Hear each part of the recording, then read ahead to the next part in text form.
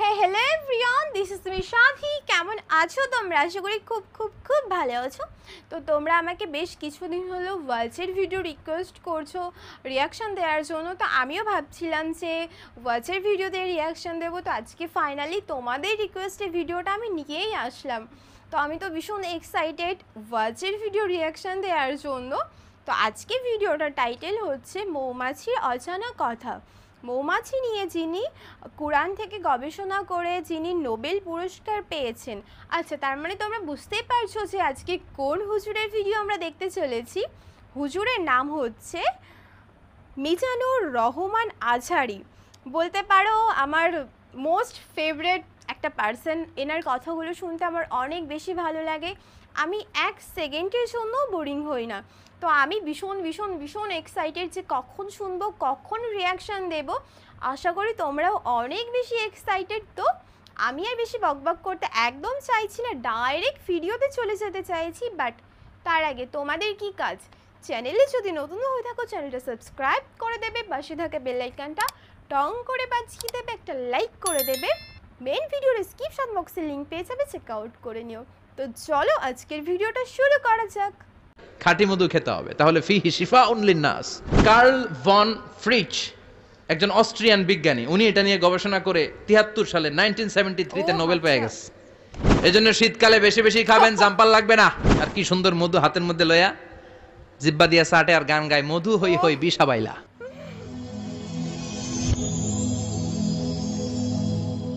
Rose TV 24. একদম। Enjoy by listening to the Holy Quran. আল্লাহ বললেন ওয়া আওহা রাব্বুকা ইলান নাহাল, আমি মৌমাছির কাছে মেসেজ দিলাম, সিক্রেট মেসেজ। আনিত্তাখিদি মিনাল জিবালি বুয়ুতা, তোমরা পাহাড়ের মধ্যে তোমাদের বাড়ি বানাও, মৌচাক বানাও। ওমিনা সাজার, গাছের মগ ডালে, বড় বড় ডালে তোমরা বাসা বানাও। ওয়া মিম্মা ইয়ারিশুন, উঁচু উঁচু জায়গায় মৌচাক বানাও, যাতে করে গ্রামের ছোট্ট ছেলেরা ঢিল মারতে না পারে। কোন সুবহানাল্লাহ। মৌমাছির আল্লাহ শিখাই দিছে নিচু জায়গায় কোনোদিন মৌমাছির বাসা দেখবেন, নিচু জায়গায় সহজে নাগাল পাওয়া যায়, ধরা যায়। একদম কথা কোন, ডাল বে মগ ডালে ওঠা লাগে মধু খাইতে চাইলে। চিল্লায় বলেন ঠিক কিনা? আল্লাহ সিক্রেট মেসেজ দিলেন আর বললেন আনিত্তাখিদি। আলেম যারা আছেন বলেন তো, ইত্তাখিদি এটা কি মুজাক্কারের সিগা না মুয়ান্নাসের সিগা? মুয়ান্নাস, মাশাআল্লাহ। এটা স্ত্রীবাচক শব্দ। আল্লাহ মৌমাছিকে যে মেসেজ করছে পুরুষ মৌমাছিরে কয় নাই, এটা নারী মৌমাছিরে কইছে। চিল্লায় এখন সুবহানাল্লাহ। এখন গবেষণা করে দেখা গিয়েছে কার্ল ভন ফ্রিচ একজন অস্ট্রিয়ান বিজ্ঞানী, উনি এটা নিয়ে গবেষণা করে 73 সালে 1973 নোবেল পেয়ে গেছে। এই আয়াতের উপর গবেষণা করে আল্লাহ কেমন করে সিক্রেট মেসেজ দিয়েছেন, কেমন করে মৌমাছি মৌচাকের বাসা বাঁধে, কেমন করে মধু আহরিত হয়, এটার উপর গবেষণা করে উনি একটা বই লিখেছেন, দ্য ডান্সিং বিজ। নেচে যাওয়া মৌমাছিগুলো, নাচতে নাচতে যেতে থাকা মৌমাছিগুলোর উপর একটা বই লিখে, দ্য ডান্সিং বিজ লিখে উনি নোবেল প্রাইজ পেয়েছেন এই মধুর উপরে। চিল্লায় পড়েন আল্লাহু আকবার। এখন কোরআনের আয়াত থেকে বোঝা গেল আনিত্তাখিদি মিনাল জিবালি বুয়ুতা, আল্লাহ নারী মৌমাছিকে বলেছেন মৌচাক বানাও, তোমাদের মধু রাখার জন্য বাসা বানাও। কার্ল ভন ফ্রিচ গবেষণা করে পেয়েছে মৌচাকের বাসা বানানো হয়, মধু আহরণ করা হয়। যেই মৌমাছিটা নেতৃত্ব দেয় এটা পুরুষ মৌমাছি নয়, এটা হলো মহিলা মৌমাছি। কোন সুবহানাল্লাহ। পুরো মৌচাকের মধ্যে মধু আহরণ, মধু নেওয়া, পুরো প্রসিডিউরটা সারার জন্য কোনো পুরুষ মৌমাছি লিডিং দেয় না, লিডিং দেয় একটা নারী মৌমাছি, স্ত্রী মৌমাছি। এজন্য ইত্তাখিদ, ম্যাসকুলিন জেন্ডার ইউজ না করে আল্লাহ বলেছেন ইত্তাখিদি। নারী মৌমাছিকে আল্লাহ অ্যাড্রেস করে বলেছেন যাও মৌচাক বানাও আর এটার মধ্যে মধু আহরণ করো। চিল্লায় পড়েন আল্লাহু আকবার। আল্লাহ বললেন ইত্তাখিদি মিনাল জিবালি বুয়ুতা, পাহাড়ের মধ্যে ঘর বানাও, ওমিনাস সাজার, গাছের বড় ডালের মধ্যে ঘর বানাও, ওয়া মিম্মা ইয়ারিশুন, উঁচু উঁচু জায়গায় ঘর বানাও। উনি গবেষণা পেয়েছেন এই মধুর মধ্যে অসাধারণ কিছু ন্যাচারাল অ্যান্টিসেপটিক আছে। কি আছে? Natural antiseptic. এটার নাম হচ্ছে প্রপিলিস। প্রপিলিস নামে একটা লিকুইড পাওয়া যায় মৌচাকের মধ্যে। এটা কাটা জায়গায় লাগা দিলে স্যাভলন ডেটল কিছু লাগানো লাগবে না। ওই প্রপিলিসের কারণে আপনার কাটা জায়গা এমনি শুকায় যাবে। সুবহানাল্লাহ পড়েন।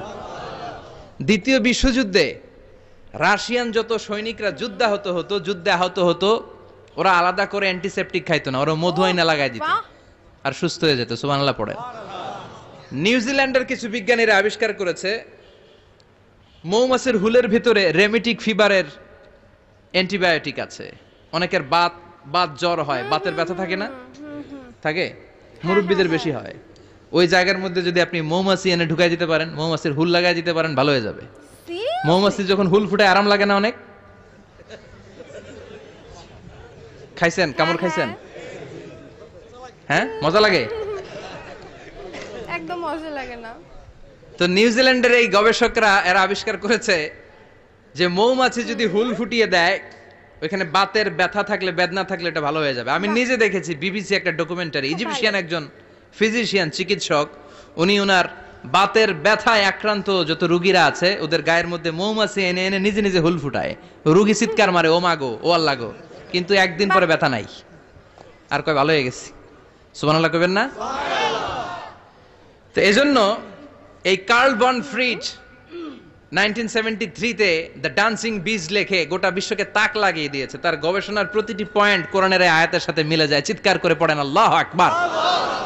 এই যে আমরা মধু খাই, এই মৌচাকের ভেতরে অন এন অ্যাভারেজ অ্যারাউন্ড 60,000 মৌমাছি থাকে। তিন ভাগে, একটা হচ্ছে কুইন বি, একটা মেল বি, আর একটা হচ্ছে ওয়ার্কার বি। একটা থাকে রানী মৌমাছি, এর নেতৃত্বে সবাই চলে। আর একটা থাকে মেল বি, পুরুষ মৌমাছি, বংশ বাড়ানোর জন্য এদের কাজে লাগে। আর সব হচ্ছে ওয়ার্কার বি, সবাই কাজ করে। আল্লাহ বললেন সুম্মা কুলি মিন কুল্লি সামারাত ফাসলুকি সুবুলা রাব্বিকি যুলুলা। আল্লাহ সিক্রেট মেসেজ দিয়ে বললেন গাছের উপরে বাসাবাদ, বাহ, পাহাড়ের উপরে মৌচাকের বাসাবাদ, উঁচু উঁচু জায়গায় তোমরা তোমাদের বাসা বাঁধো।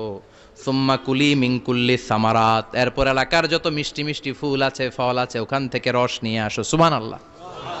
পুষ্প রস সংগ্রহ করে মধুগুলো, এটার বলে sweet nectar. They collect the sweet nectar from the flowers. এবং মধুর মধ্যে এত চমৎকার জিনিস থাকার কারণ হচ্ছে মৌমাছিগুলো ওই এলাকার সব ধরনের ফুল, ভালো ভালো সুগন্ধযুক্ত ফুল ফল থেকে রস নিয়ে আসে। তো ওই গাছগুলোর মধ্যে বনাজি গাছ আছে না নাই? ঔষধি গাছ আছে না নাই? এজন্য মধুরে বলা হয় সব রোগের ঔষধ। যত বনাজি ঔষধি গাছের নির্যাস আর পুষ্প রস আছে, সব আল্লাহ মধুর ভিতরে ঢুকায়া মধুকে আল্লাহ ন্যাচারাল ভ্যাকসিন বানিয়ে দিয়েছেন। চিল্লায়ে পড়েন আল্লাহু আকবার। আল্লাহ বললেন সুম্মা কুলি মিন কুল্লি সামারাত, সব ফল আর ফুল থেকে এই নেকটার পুষ্পরস নিয়ে আসো। ফাসলুকি সুবুলা রাব্বিকি যুলুলা, যেমন যেমন গিয়েছিলা পথ চিনায় আবার ফিরে আসো। ইয়াখরুজু মিন বুতুনিহা শারাব, এরপর তাদের পেট থেকে বের হয় শারাব। মুখতালিফুন আলওয়ানু, এক একটা মধুর কালার হয়ে যায় এক এক রকম। কোন সুবহানাল্লাহ। সরষে ফুলের মধু একটু সাদা সাদা হয় না? আমি হচ্ছি মধু খাওয়ার পোক।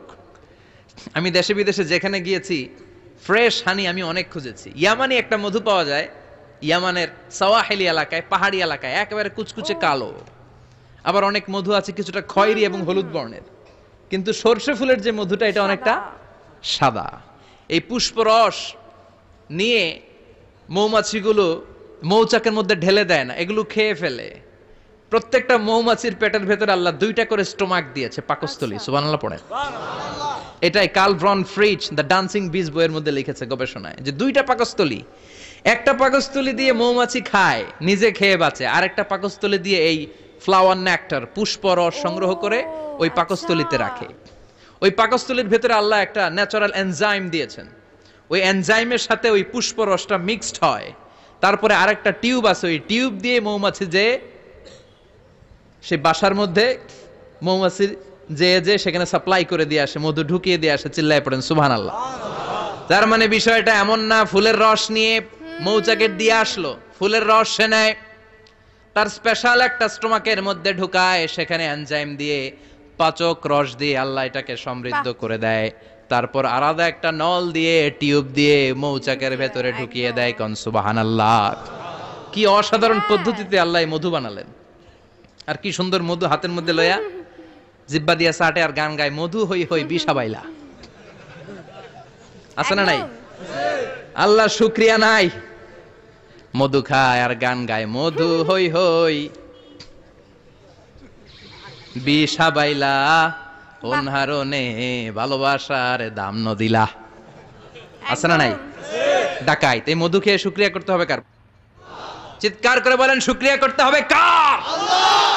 আল্লাহ বললেন ইয়াখরুজু মিন বুতুনিহা,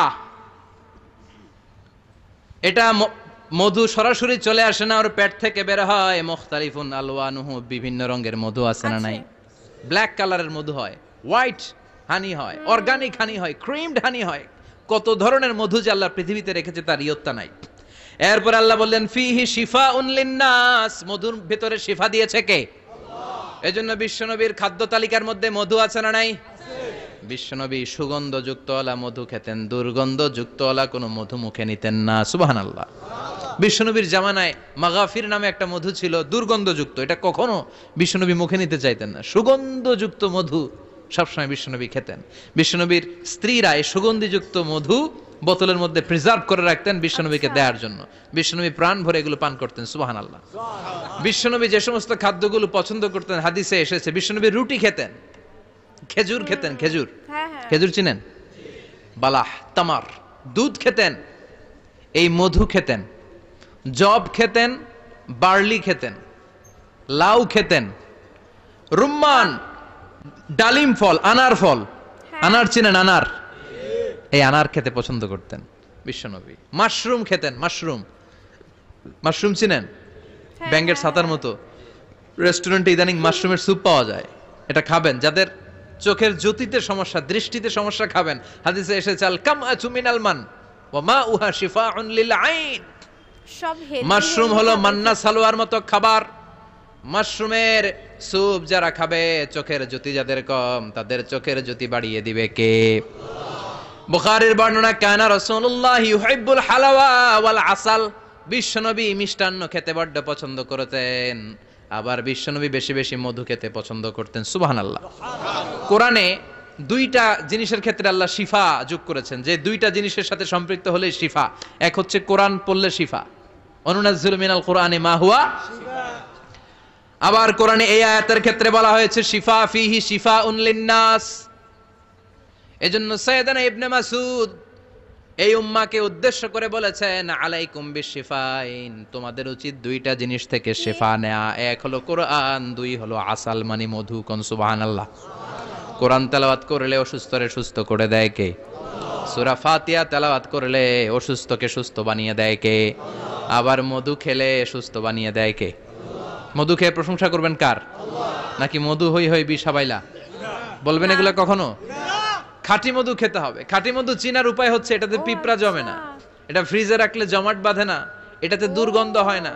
এক গ্লাস পানির মধ্যে এক ড্রপ মধু ছেলে দিলে এটা পানির সাথে না মিশে একেবারে নিচে চলে যায়। খাঁটি মধু খেতে হবে। তাহলে ফিহি শিফাউন লিন্নাস।